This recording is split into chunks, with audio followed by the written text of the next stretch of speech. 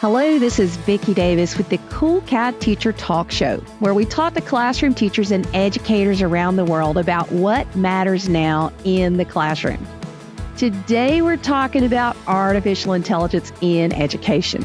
So on today's show, we're going to talk to classroom teacher Steve Dembo, who did an interesting experiment in his classroom to determine who can write a better paper, ChatGPT, students, or a combination of both, and the answer may surprise you. We're also going to talk to some college professors about what they're doing to change their assignments based on the fact that many college students were using AI-generated responses in their discussion boards. We're going to talk about some good uses of AI in the classroom and about AI ethics, including the Eliza effect with educator Tom Mullaney.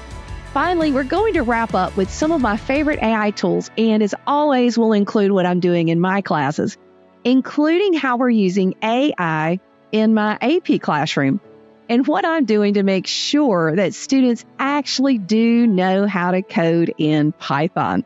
Stay tuned. It's time for Cool Cat Teacher Talk. Ever wondered how remarkable teaching happens? Find out right now at Cool Cat Teacher Talk with award-winning teacher Vicki Davis. Get insights from top educators, tech tips, and inspiration to elevate your teaching. So first, let's talk about AI with a simple background, like I like to share with my students and teachers at my school. The Merriam-Webster Dictionary says that AI is the capability of computer systems or algorithms to imitate intelligent human behavior. Now, that is a key word. Imitate. First, AI has been around for quite some time, and you've probably used it even though you didn't know it. Simple machine learning started with spell check, and then it offered to help you rephrase things. And algorithms determine what next video you might want to watch on YouTube. And AI is working when you talk to your Siri or Alexa device. It's also working when you use those filters on FaceTime or Snapchat. Everybody started talking about AI, though, when OpenAI released something called ChatGPT on November 30th, 2022, because it could imitate humans so well. The G stands for generative, which means it generates answers based on your prompts. The P stands for pre-trained. It was trained by reading everything on the internet, both the good and the bad, text, videos, podcasts, and more. And the T in GPT stands for transformer, which means that it transforms each time it answers a question, and each answer is unique. If you ask it the same thing twice, it may give you a similar answer, but not the exact same answer. Now, this is a really important point for parents and for teachers. You can't copy something that someone has written and paste it into ChatGPT and ask, "Did you write this?" That is not how it works. It's not keeping up what it's generated with other people and then sharing it with you. It's not really going to do that. So, for example, I had one of my students when ChatGPT first came out in January 2023, he took an essay that he had written when he was in 9th grade. Now, this young man was a senior in high school.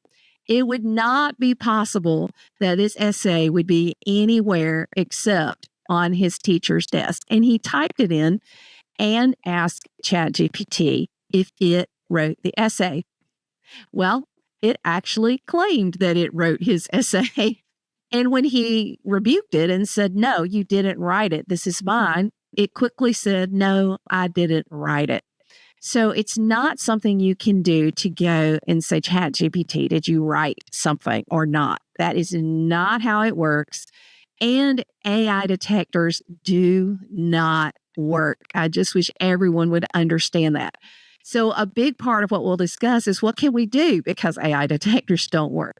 Now, some people ask, can ChatGPT be blocked? Well, if you look on Google or Microsoft Copilot, you will see a summary at the top of your search now, and that is generative AI. I do want to note that generative search at the top of Google, I do not allow my students to use or cite that.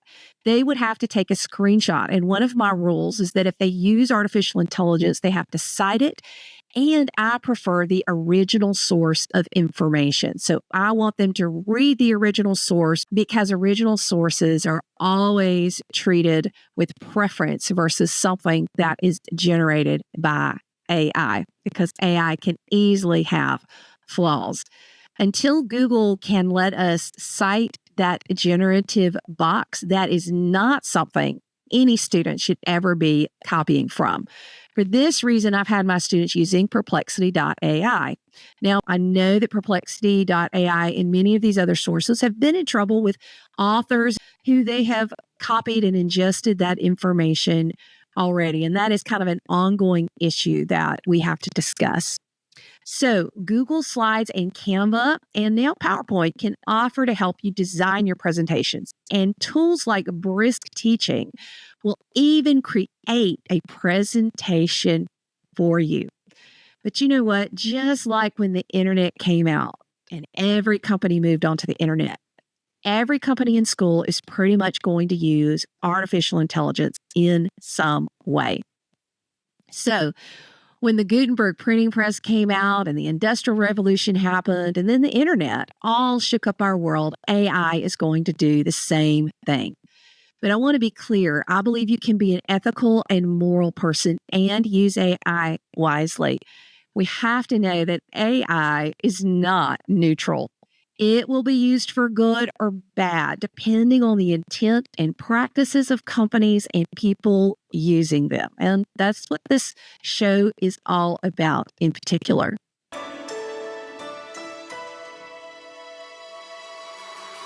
So now is a perfect time for us to talk about AI with Jason Thacker, author of The Age of AI, Artificial Intelligence and the Future of Humanity. This interview is taken from episode 684 of my podcast, the 10-Minute Teacher Podcast. What is artificial intelligence and what is it not? I think there's a lot of misconceptions about AI, what it can and can't do. And often our ideas of AI are driven more by Hollywood and scripts and novels and these kind of futuristic stories than they are about reality. But simply put, AI is the ability of a machine to make complex decisions. It's based on math. I mean, at the end of the day, this isn't kind of some mysterious algorithm that we don't understand in many ways. It is math. It's an algorithm. It's making a calculation based on various data, and it makes important decisions that make our life a lot easier. We often trust these AIs to make various decisions because they're typically right. But what happens if they're wrong, and what kind of impact does that have? And these are really important kind of ethical questions that we need to be thinking about when we use these technologies and develop them. Can AI algorithms have bias or discriminate? Yes, they definitely can. And the reason is because they're created by fallible people. They're created by people who have bias and discrimination. And we all have blind spots. We don't always understand why we make the decisions we make. And when these systems are created based on the data inputs that are given to them in terms of training data, if there's any kind of skew in the data or an issue with the data, the algorithm can make a bad decision. And often those are very innocuous decisions, very lighthearted, not a big deal. If your phone app incorrectly labels your face as somebody else, that's not a big deal. But when you start using these in higher stakes situations where they're making either life or death decisions, or they're making decisions that are going to impact someone's future, or their financial abilities and things like that, when these AIs are making various decisions that are impacting other people's lives. Well, you know, AI, they're the gatekeepers now when you're trying to apply for a job. And if people know how the AI works, they can get a lot of job interviews. And then you've got people that don't and can't get any. We're starting to use AI everywhere. We're using it every single day, from our phones to our communication devices, social media, to defense applications, to medicine, just a host of different applications. And there's some really high stake decisions that are being made, whether it's in terms of national security and issues of war, but even in terms of, as you mentioned, like a home loan application or a job application. AIs can really assist in these things because they can help decipher, they can help weed out maybe not qualified applicants and stuff. But what happens if that AI makes a decision and it excludes women or excludes minorities from various job applications based simply on the fact that they're a minority or a woman? That's not okay. That's a discrimination that we want to make sure we're weeding out. But often we trust these decision makers, these AIs, to make these decisions, and we distrust the outcome. And that's where we need to have a level of transparency, knowing that there is certain bias and discrimination that can be present in these devices, even if we don't recognize it. There's a certain level of responsibility as human beings. These are tools. These are not something greater than a tool. It's something that we're to use and wield with wisdom. And so as we step into these technologies and start utilizing them more and more, there needs to be a level of transparency. Transparency not only in how they're working and the companies understanding how they're put together, but also having public debate about where do we want to use these technologies? Do we want our police force to have these tools that can be extremely beneficial for solving crimes and catching criminals?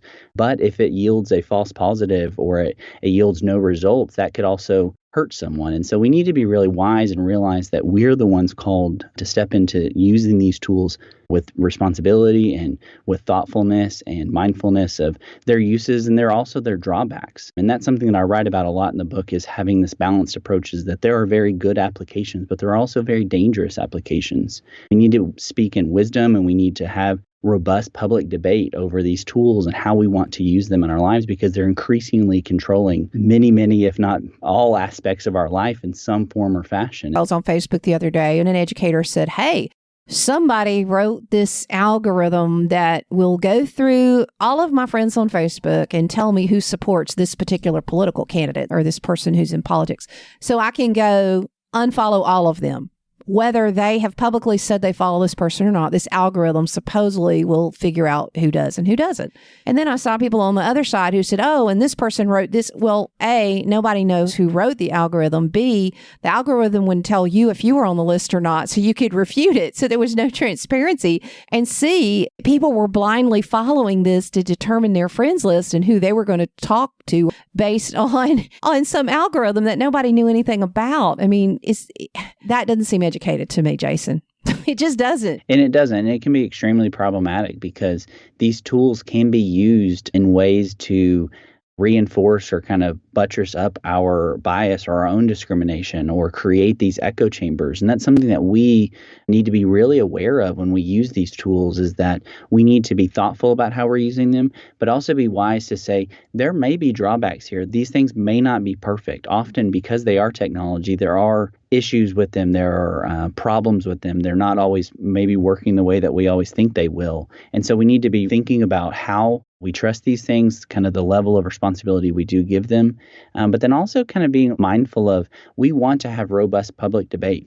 We can enter into discussions with people who don't agree with us on every single political item, recognizing their dignity and value as a fellow human being. Thank you, Jason Thacker, for explaining the responsibility we all have as humans supervising AI and the importance of the respectful debates we all need to have about the roles and responsibility of artificial intelligence in our lives. There's a lot of negative press surrounding AI, but I'd like to share some examples of some positive uses of applications of AI in our world today. The World Economic Forum says that by 2025, that 85 million jobs will be displaced because of AI, but that 97 million new jobs will be created with humans using AI. So I want my students and teachers to know the appropriate uses of artificial intelligence. Now, at some point, all of us will become supervisors of AI tools in our jobs. And here's just a few ways that AI is helping our world today. So when ChatGPT came out, people started putting what was in their pantry in the box and asking what recipes they could make with it. And busy moms used to come up with ideas for their son's superhero birthday party.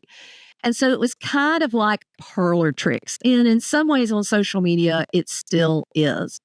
But many companies are using AI for accounts payable and receivable clerks. One company I worked with 5 years ago used to take 3 months to pay me. And since they automated low-level processing, it takes 5 days for me to get paid.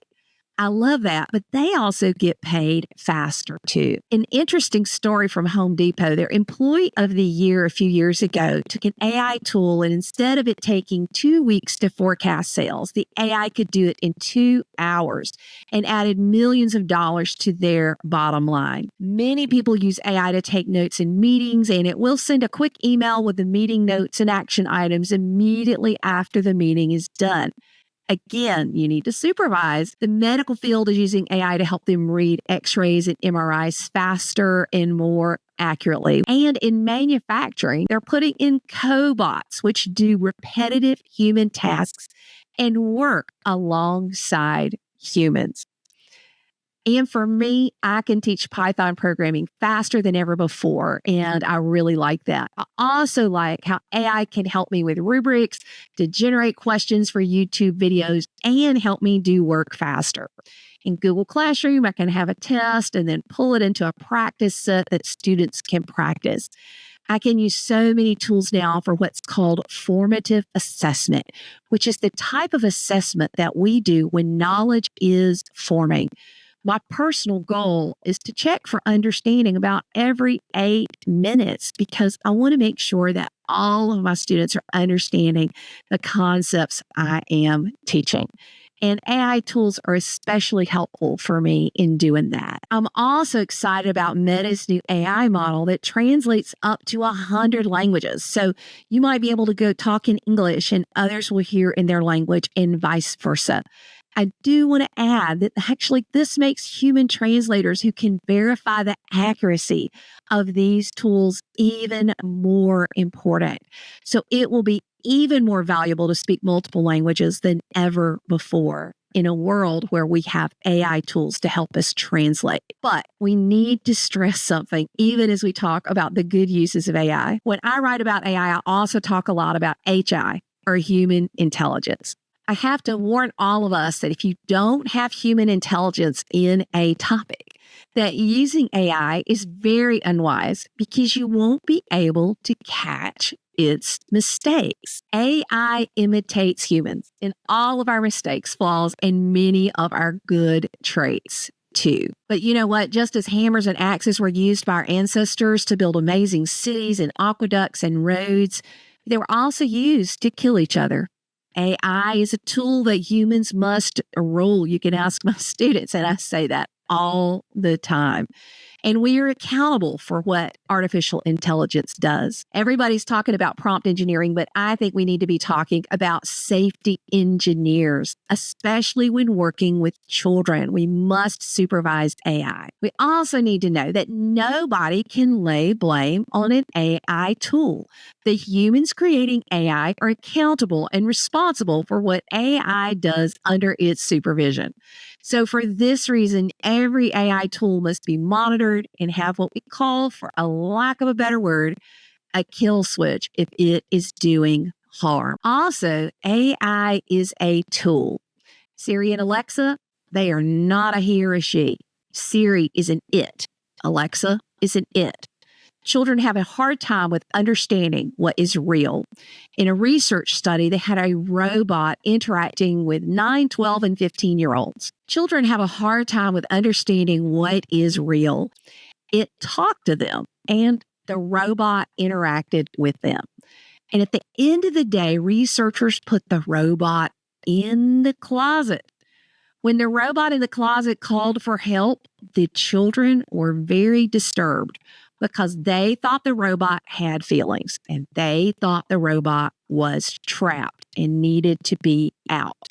We have to be so careful not to use AI in a way to manipulate children and adults, but especially our children who do not know the difference. AI imitates humans, but we must set boundaries that AI should never misrepresent itself to children. Second, you can tell AI to use a particular viewpoint or knowledge base, but you need to have that viewpoint or knowledge base and be qualified to supervise it in that way. I know how to program in Python, therefore I'm capable of supervising the AI output used by my students. I have some other languages I do not know. It would be a mistake for me to try to teach those languages until I had an expertise and I could supervise and use it. even if AI can write in those languages. Third, back when I was a teenager, we all had the World Book Encyclopedia, and a teacher could tell if a student had copied from it by opening up her copy. That is not the case anymore. Our challenge, though, is that kids can find the right answer, but we have to make sure they have the right process for solving the problem. They have to know how to work the math problem, how to do the science experiment, how to outline and write the essay. And if we have to be honest here, that's one of the biggest problems about photo math. Parents will use photo math, or students will use photo math to get the answers, but they don't use it to see the process to solve the problem. The goal is to be able to solve the problem, not just get the answers. If you only get the answers, you're missing the point. And I think this is something we've inherited from the pandemic. If you look at photo math, it became the #1 app when all the kids went home to go to school. But we've got to get recentered on how students know how to do the process of things. As I work with companies, I keep telling them that AI has to know when to help students and when to coach kids with productive struggle. The old adage, you reap what you sow, is true. I always ask students when I introduce my AI unit, can you cheat yourself? And they always say, yes, you can. You can cheat yourself out of an education if you're overly dependent on AI. They're thinking about it, and we need to be thinking about it too. And you know what? Schools that don't have AI policies are deceiving themselves. It's everywhere. We have to actively change how we teach.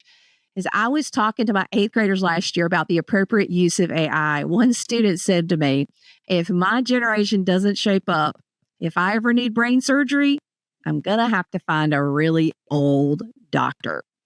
We need our kids to level up and learn more than we did and to become better doctors, not people that have depended overly on AI and don't know how to solve the problems.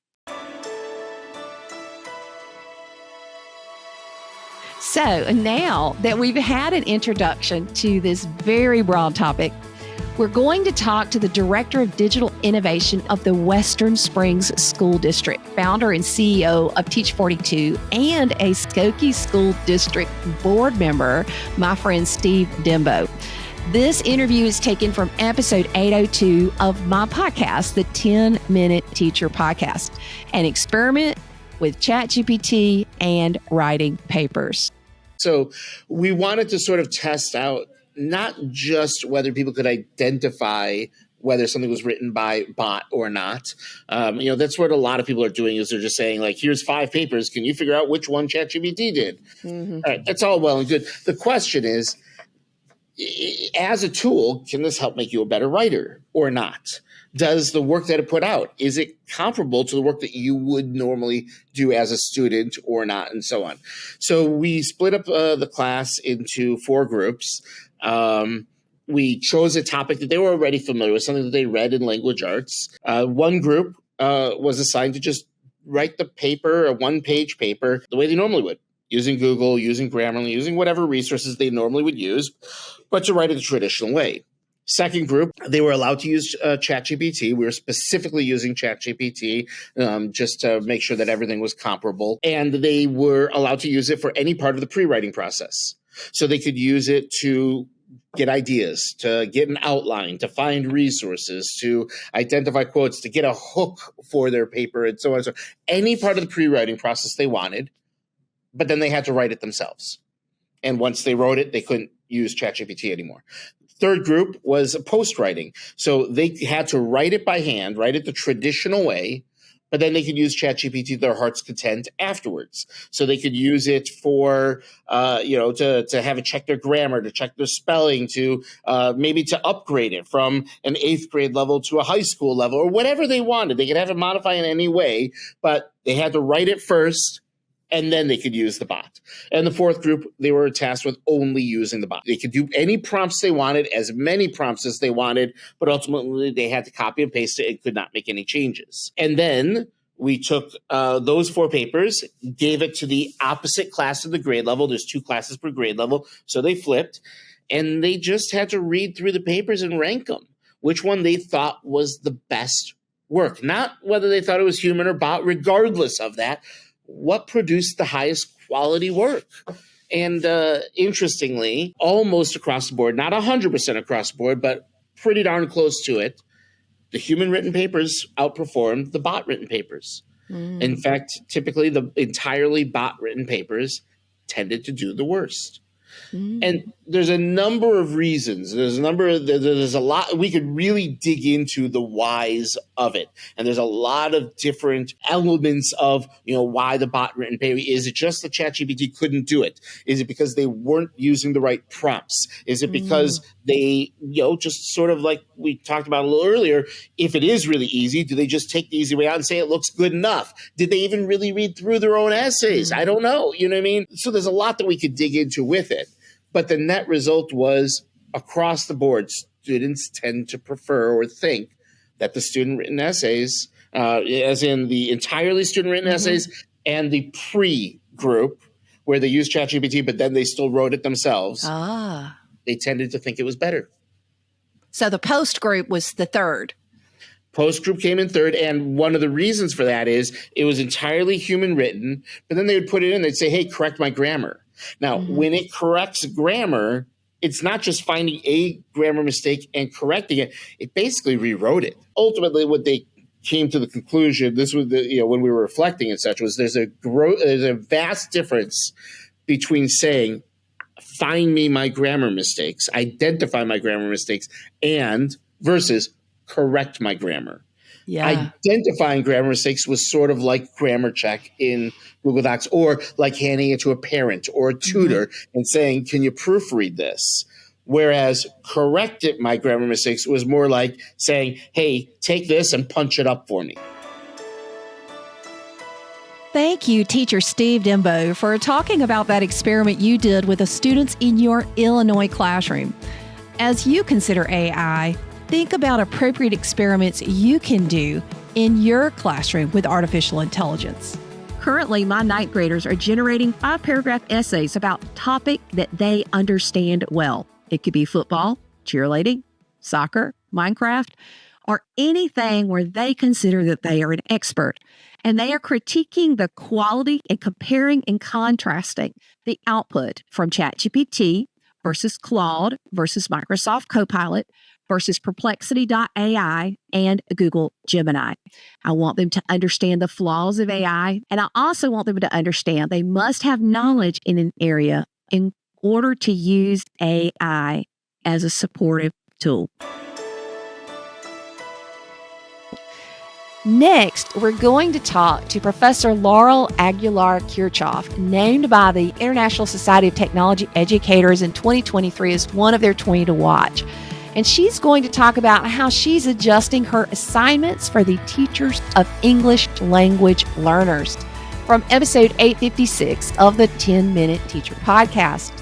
How to prevent AI cheating, integrity in the AI age. Do you feel like kids are using AI?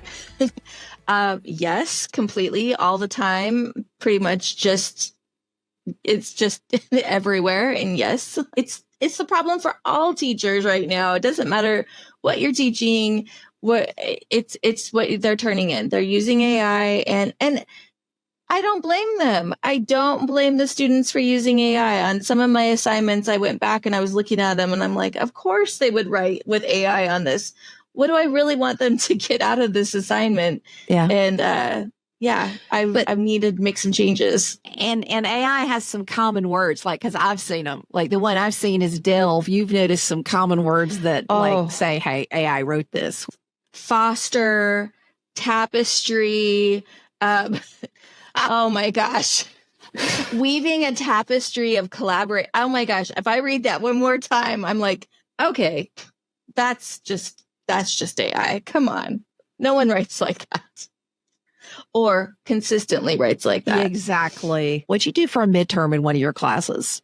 Well, because I was getting so frustrated with just getting these AI generated responses from my students, I just decided I'm not going to assign an essay for their midterm. This is for secondary teachers teaching English language learners. So I did this complete overhaul. I had them create a storyboard of themselves, telling a story of them as a teacher and incorporating the SEDI strategies and all of the different strategies for themselves as an English language learner teacher. They could use whatever edtech platform to create the storyboard. But my students were so upset. They wanted to write an essay. And I was like, no, I want you to authentically tell me about your journey as a teacher working with English language learners. And let's do this differently. So let me get this straight. They wanted to write an essay. They wanted to write an essay. Or they said, wanted, why can't we write an essay instead of this? Exactly. And I was like, and you've no, never heard that. You've I've never heard them say, I want to write an essay. I have never heard my students ever in 25 years of teaching ask me to write an essay instead of a project. And they were like, come on, Kirchhoff, just let us write this essay. And I was like, no, we're going to do something creative. And I think that the outcome was really better. And I was so excited about this project. It aligned better to my learning intentions and my success criteria for what I really needed them to demonstrate for their knowledge. I needed them to demonstrate, all of these different points, and they could do this in a creative way. But it really helped with my grading because instead of sitting there and grading all of these essays, I used a single point rubric. I had identified the criterion that I really needed them to demonstrate. I shared that rubric with them. We went through and then we did a student, showcase.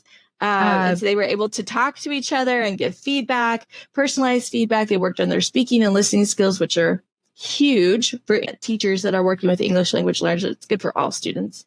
In the end, the project really was aligned better to what I needed them to demonstrate than them writing an essay and regurgitating back to me the philosophy and the techniques that, they can just read about in their book.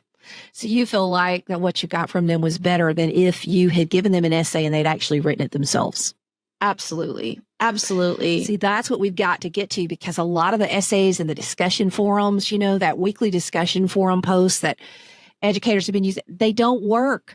They're not really, really reflecting. And half the time, people aren't really, really checking them. Like, it's such a waste of time to do those discussion forum posts in so many ways. So I actually flipped that as well. I changed that so they're not writing it on their own. They're actually doing the discussion forum live in class. Oh, so they're doing the reading. They can bring their notes. And then it was an easy flip for me. I basically did a flipped classroom. I said, okay, you're going to do the reading at home. You're going to do the notes at home, and you're going to come in and do the discussion live. And then if I'm grading the discussion posts, I grade it in real time and they get personalized feedback immediately. Oh, what a great thing. Okay, so let's talk about one other controversial issue, because, and I get really angry. You may get angry on this too. Okay. This whole idea about AI detectors. Like, I feel like educators are destroying relationship with children because they flat out don't work, right? Right. They don't work. And I do get very frustrated with AI detectors because, number one, plagiarism was not invented with AI. Right. Like, it's been around. So these AI detectors and these gotcha moments, like I'm going to run it through and I'm going to catch you in this. And then what? I think proactivity and talking to our students about creating our own work, talking about intellectual property, talking about plagiarism, talk about what's the difference, how can we use AI and our sources responsibly to help inspire our creativity, to be something that we can use. But how are we actually, if we're just using AI detectors as a gotcha moment, I 100%. Number one, it's a waste of our time as teachers. Number two, I think, like you said, it just absolutely destroys that relationship between the teacher and the student. My friend Katie McNamara and I do a session on AI ethics, and we talk about there's a cycle of trust. There's a cycle of ethical and responsibility between the student and the teacher. And it is a cycle. It goes around and around and around. And when we start playing these gotcha moments and using AI detectors, which don't work as an arbitrary, this happened to my son, and it completely eroded his relationship with his teacher. It was, if your essay comes back, I run it through the generator and it comes back as quote unquote more than 30% AI, I'm taking 30% off your grade. That inspired fear in my son as a learner. And he wrote the essay and now he's running it through and seeing like, what's my percentage? Instead of working with his essay to improve the quality of his writing and his thesis and looking for the ways it was a gotcha game. And so he's like, okay, Mom, I wrote this, but I need you to read it and we need to run it through and then what about our students that don't have parents that can help them with that? Or they don't have the time, or they don't have the understanding. And then what are we doing? Are we teaching our students, or are we catching our students? Talked about AI detectors and this whole thing you and I are discussing with a bunch of teachers. And I had a teacher come up to me crying, and she said, listen, I had a class in college just a few years ago I was really trying to do well in. And so I struggled with writing. And I went to the writing lab and I revised and I did all this and I turned in the paper. I was so proud of myself because I knew it was an A. And the professor wrote on it, see me, didn't even give me a grade. So I went and saw the professor, and the professor, there's no way you wrote this. She's like, I wrote it. So she brought in the guy from the writing lab who helped her. And the guy says, she wrote this. I watched her write it. The professor went and wrote a B- on the paper and said, no matter what either of you say, there's no way you wrote this paper. I'm giving you a B-. And she said she almost dropped out of college because she was so destroyed because she gave everything to that. And she felt like she was stuck forever in one lane because nobody believed her. And all the kids are so afraid. Back when ChatGPT came out, I had in all these quote detectors, I had a senior in my class actually take an essay he wrote from 9th grade and run it through AI detectors. And all of them said that it was written by AI, and it wasn't. That thing was written 4 years before, not by AI. And AI said it wrote it because he was a fantastic writer. So now we have this fake game of everybody writing something themselves, running it through the AI detector and trying to figure out how to change it so it doesn't look like it's written by AI. Like, what on earth? This is ridiculous. And it's such a waste of our time as educators. It's funny. At the end of last semester, I was working with my students, and we were working on a project. And I said, this piece of it, go ahead and use AI for this piece. Like, just work smarter, not harder. Mm-hmm. And they were shocked. And they were like, wait a second, you're the first professor that we've ever had that said, yeah, use AI. And I said, well, I'm not telling you to use AI for all of it. And I modeled it for them. Mm-hmm. I showed them, at the time I was using ChatGPT. Now I have, my collection that I use for different things. And I thought, okay, we have to teach our students explicitly how to use AI responsibly. Yes. When, where, how, what's appropriate, what's not appropriate. And if we're not having those lessons and we're just playing a gotcha game, then I think we're really doing a disservice to our students, but also to ourselves. Yeah. Because what is our time worth? Mm-hmm. I'd rather take that time and redesign my lesson and, make it un-ChatGPT-able or whatever, and AI. Or just think about really teacher clarity. What's our learning intention? What's our success criteria? What's the purpose of this assignment? And how are they going to demonstrate their knowledge? What's the point? Well, and educators we're professionals. And when an educator is frustrated and they know that AI is being used, I believe them. AI is being used, and they know that their students are stealing an education from themselves. So let's acknowledge everyone has a reason to be upset and frustrated and take action. I'm upset. I'm frustrated. Yeah, exactly. The frustration is real. Yeah. And it's not a quick fix of, well, let's just detect it. AI detectors don't work, but as teachers, parents, and policymakers, we need to know what does work. So let's talk to another one of ISTE's 2023 Top 20 to Watch and author of Elevate Equity in EdTech. about some positive uses of AI tools in the classroom. This is episode 859, How to Use AI to Promote Equity Now, with Victoria Thompson. One of the things you say is that we can use AI to promote equity. And so many people have said, don't use AI because it has bias. It perpetuates bias. It perpetuates bias. You have a different perspective. Could you tell us about it? I do. In the book, I thought I would be remiss if I didn't call out how AI could also, again, elevate equity in edtech. So when a lot of people think about artificial intelligence in education, especially because I operate in the K through 12 space and also in the higher ed space as an adjunct professor at a college down here in Central Florida, a lot of people just don't even want to have those conversations about the equity because they're more focused on academic integrity, cheating, what does that look like? But in my lens, the artificial intelligence that I utilize to have that equitable aspect within my classes is, okay, so we're using speech to text. That's artificial intelligence. Mm-hmm. We are using translators in the classroom. That's artificial intelligence. We are doing ink to text for mathematics, for, different types of language. That is artificial intelligence. So these things don't operate in a vacuum. And I think that sometimes people believe that they do.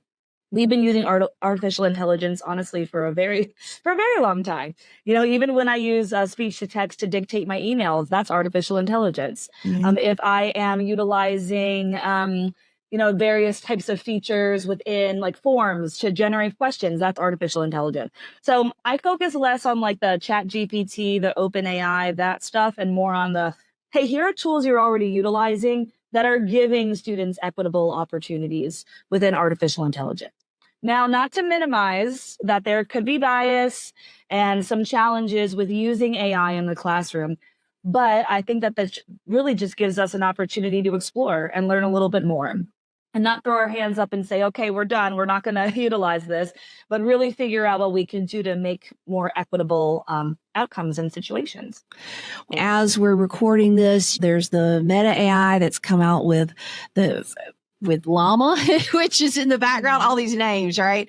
As I work with students, it's like, I want them to understand that you can now communicate with anybody, anywhere. Yes. And how can you do that? And what are the tools that let you do that? I'm getting ready for an international trip. And so I'm making sure all my translator apps are up to date and my word lens and all the artificial intelligence tools that let me communicate with people in another country when most of the people don't speak English. Exactly. Those are powerful.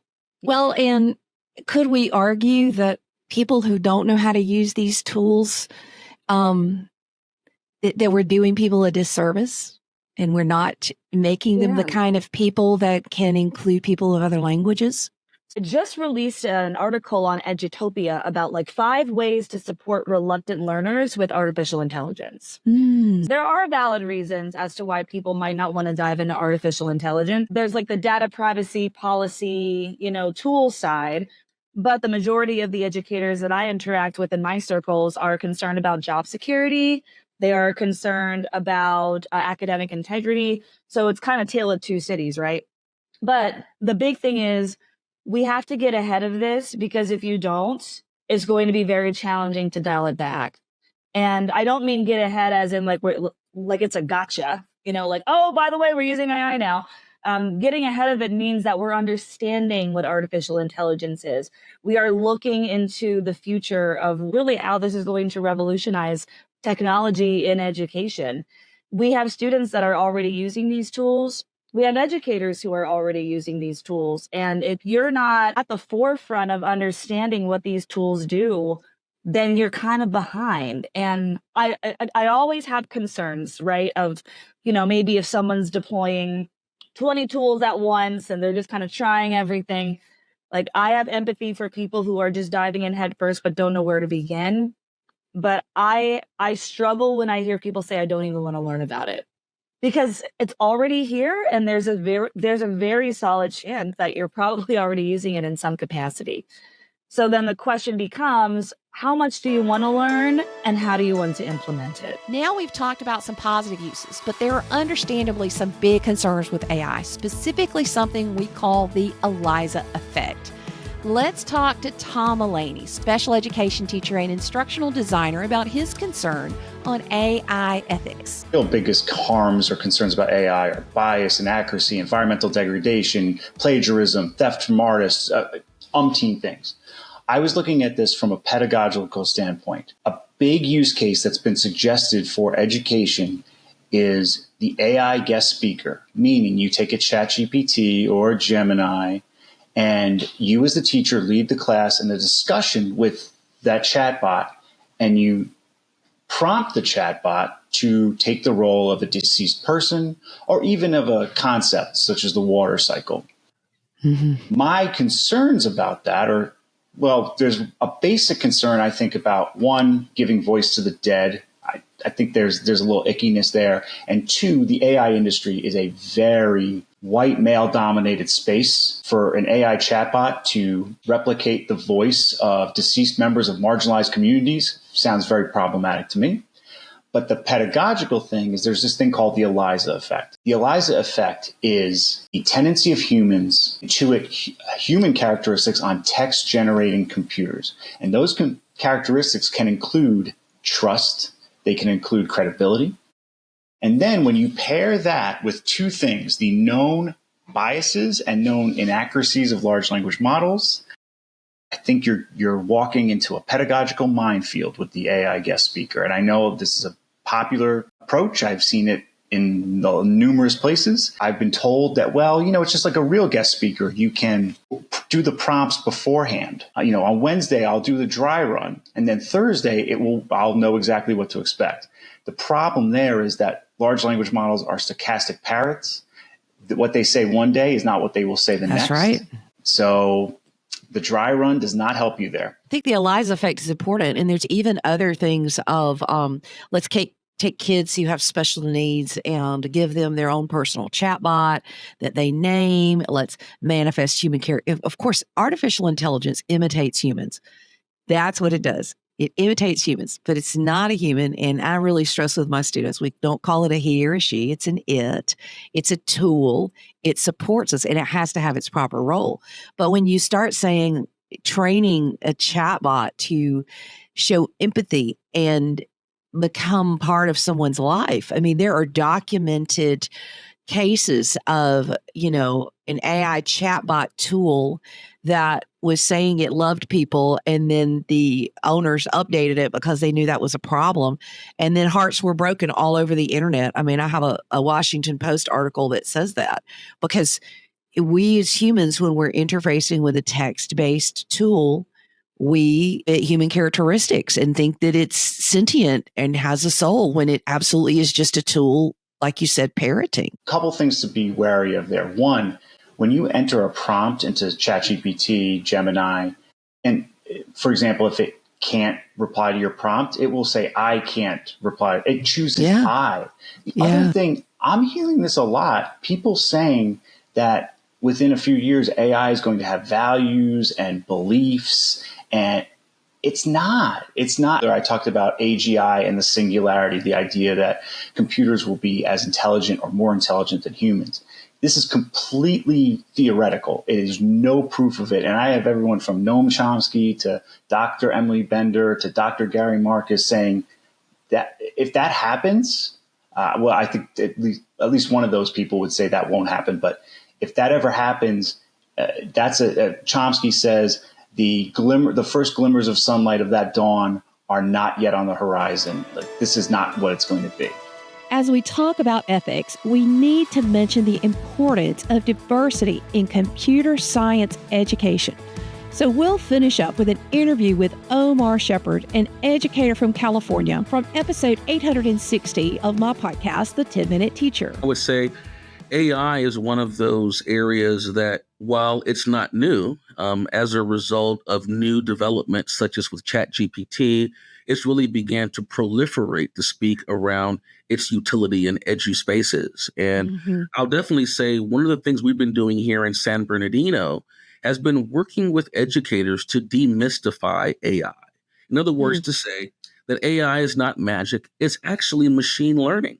Curriculum developed by MIT K-12 can support all students in engaging in some lessons to help them to develop a foundational understanding around AI and to be able to see how AI can be a tool utilized that they can absolutely engage with. One of the interesting data points gathered in my collaboration with an advocacy organization, CS for CA, that's Computer Science for California, and looking at their data tool.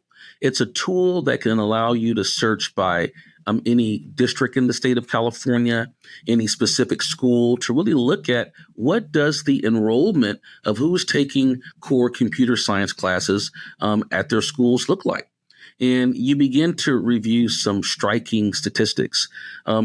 As an average, I would say, you would notice that females and underrepresented groups such as Latinx communities, African American communities are by and large completely at significantly lower levels as it relates to who's actually taking on computer science courses. You would find often you'll have Asian and Caucasian, predominantly males, filling many of these computer science courses.